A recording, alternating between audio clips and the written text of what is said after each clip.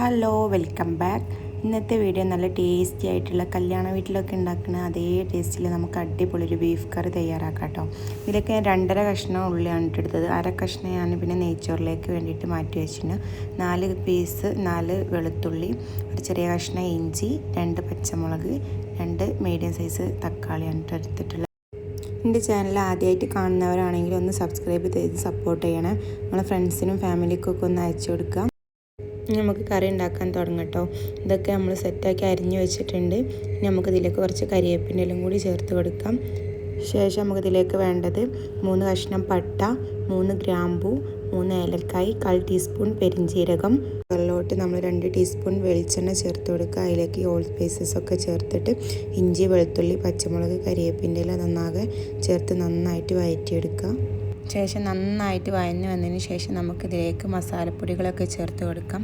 ഇതിലേക്ക് ആവശ്യമായത് മഞ്ഞൾപ്പൊടി 1/4 teaspoon, garam masala 1/4 teaspoon, 1/2 teaspoon കുരുമുളക് പൊടി, 1/2 ടീസ്പൂൺ ബീഫ് മസാല, 1/2 സ്പൂൺ മല്ലിപ്പൊടി, 1/2 സ്പൂൺ മുളക് പൊടി. നന്നായിട്ട് വഴറ്റിയെടുക്കാം. വഴറ്റിയതിന് ശേഷം നമുക്കിതിൽ തക്കാളി ചേർത്ത് കൊടുക്കാം. ഇനി നമ്മളിതിലേക്ക് 1 കിലോ ബീഫാണ് എടുത്തിട്ടുള്ളത്. ഈ തക്കാളി നന്നായിട്ട് വഴന്നതിന് ശേഷം നമ്മൾ അതിലേക്ക് ബീഫ് ചേർത്ത് കൊടുക്കുക. നന്നായി മിക്സ് ചെയ്യുക. നമ്മൾ ഇനി ഇതിലോട്ട് വെള്ളം ചേർത്ത് കൊടുക്കുക. ബീഫ് ഇങ്ങനെ മുങ്ങണ അത്ര രീതിയിലാണ് നമ്മൾ വെള്ളം ചേർത്ത് കൊടുത്തിട്ടുള്ളത്.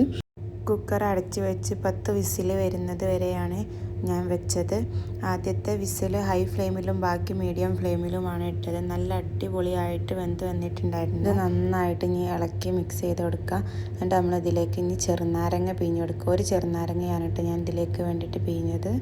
നല്ല അടിപൊളി ബീഫ് കറി ഇതവിടെ റെഡി ആയിട്ടുണ്ട്. എല്ലാവരും ഒന്ന് ട്രൈ ചെയ്ത് നോക്കണം. ഇനി നമ്മൾ ഇതിലേക്ക് നെയ്ച്ചോറാണ് തയ്യാറാക്കുന്നത്. ഈ ജീരകശാല അരിയാണ് ഞാൻ എടുത്തത്. ഇതിന് നമുക്ക് നന്നായിട്ട് കഴുകി വൃത്തിയതിന് ശേഷം ഒരു 10 മിനിറ്റ് സോക്ക് ചെയ്യാൻ വേണ്ടി വെക്കാം.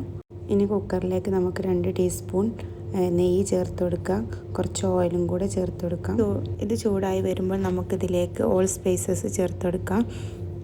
പട്ട, പൂവ്, ഏലക്ക, ഗ്രാമ്പൂ, വലിയ ജീരകമാണ് ഞാൻ ഇതിലേക്ക് ചേർത്ത് കൊടുത്തത് കേട്ടോ. ഇതിലേക്ക് ഇനി നമ്മൾ നേരത്തെ മാറ്റി വെച്ച സവാളയും ക്യാരറ്റും കൂടി ചേർത്ത് നന്നായിട്ട് വഴറ്റിയെടുക്കുക. അതിലേക്ക് നമുക്ക് ആവശ്യത്തിന് വേണ്ട ഉപ്പും കൂടെ ചേർത്ത് കൊടുക്കുക. നന്നായിട്ട് വഴറ്റി വന്നതിന് ശേഷം നമ്മൾ ഇതിലേക്ക് ഇനി നമ്മൾ നേരത്തെ കുതിർത്ത് വെച്ച അരി ചേർത്ത് കൊടുക്കാം.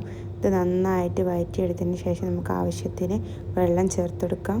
1 ഗ്ലാസ് അരിക്ക് 1.5 ഗ്ലാസ് വെള്ളം എന്നുള്ള നിലക്കാണ് ഞാൻ ചേർത്തിട്ടുള്ളത്. ഇനി ഇതിലേക്ക് കരിവേപ്പിൻ്റെ എല്ലാം കൂടി ചേർത്തിട്ടുണ്ടായിരുന്നു കേട്ടോ. ഇനി കുക്കർ അടച്ച് വെച്ച് നമുക്ക് 2 വിസിൽ വരുന്നത് വരെ വെയിറ്റ് ചെയ്യാം. നല്ല അടിപൊളി നെയ്ച്ചോറ് ഇതവിടെ റെഡി ആയിട്ടുണ്ട്. എല്ലാവരും ഒന്ന് തയ്യാറാക്കി നോക്കാം. ഇതിലേക്ക് നമ്മൾ നേരത്തെ മാറ്റി വെച്ചിരുന്ന ബീഫ് കറിയിൽ നിന്ന് കുറച്ച് പീസ് എടുത്തിട്ട് നമ്മളിത് കുറച്ച് പൊരിച്ചെടുക്കാൻ കേട്ടോ. ചുവന്നുള്ളിയിലാണ് നമ്മളിത് പൊരിച്ചെടുക്കുന്നത്. ചീനിച്ചട്ടി ചൂടാക്കിയതിന് ശേഷം നമ്മൾ അതിലേക്ക് അരിഞ്ഞു വെച്ച ചുവന്നുള്ളി ചേർത്ത് നന്നായിട്ട് വഴറ്റിയെടുക്കുക. ഇനി ഇതിലേക്ക് നമ്മൾ നേരത്തെ മാറ്റി വെച്ച ബീഫ് ഉണ്ടല്ലോ അത് ചേർത്ത് കൊടുക്കുക. അത് നന്നായിട്ട് ഫ്രൈ ആക്കിയെടുക്കുക. ഇതിലേക്ക് നമ്മൾ കുറച്ച് കരിവേപ്പിൻ്റെ എല്ലാം കൂടി ചേർത്ത് കൊടുക്കുക കേട്ടോ. അത് നന്നായി വഴറ്റിയെടുക്കാം. നല്ല അടിപൊളി ബീഫ് ഫ്രൈ ഇവിടെ റെഡി ആയിട്ടുണ്ട്. നമ്മൾ ചുവന്നുള്ളിയിൽ ഇങ്ങനെ ഉണ്ടാക്കുന്നത് നല്ല ടേസ്റ്റാണ് കഴിക്കാൻ. എല്ലാവരും ഒന്ന് ട്രൈ ചെയ്ത് നോക്കി ഫീഡ്ബാക്ക് അറിയിക്കണം.